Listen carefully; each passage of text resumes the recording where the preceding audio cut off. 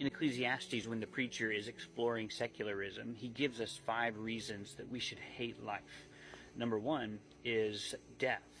The reality is, if you choose the wise path, you're still going to find yourself in last place with the fool and death out ahead of you. Death is the major playing field leveler. Nobody's going to have an advantage over the other because death is going to win over all of us. You might comfort yourself by saying, well, if I live a meaningful life, at least I'll be remembered well.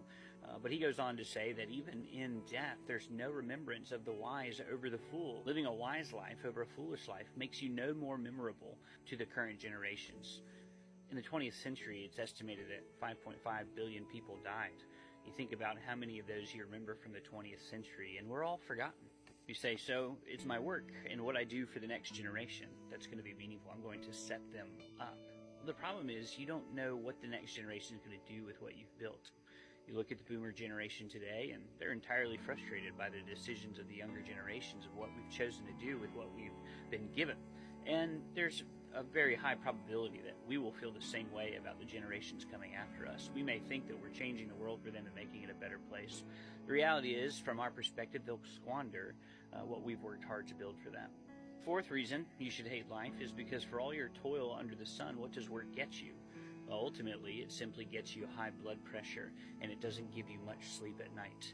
The person who works all their days has just as much trouble sleeping as the person who never works a day in their life and has $0 in their bank account. It turns out that working hard doesn't ultimately solve our dilemma, and it leaves us just as stressed, if not more.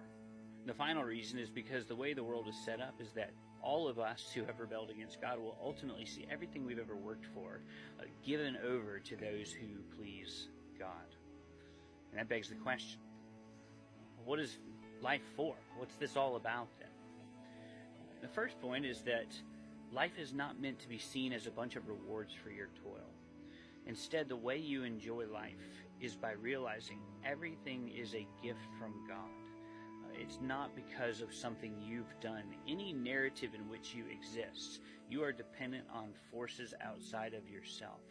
So you want joy in these days, you want steak to taste better, you want to remember your children, enjoy those moments instead of fearing the loss of them in the long run. Well, what you do is you remember every second you're given is a gift, not a reward for your toil. Secondly, you look to Christ. Because Christ has defeated death, you can give yourself to your days in this time by serving Him, and all of it is gain. It will not be lost in the end. Only one life will soon be past. Only what's done for Christ will last.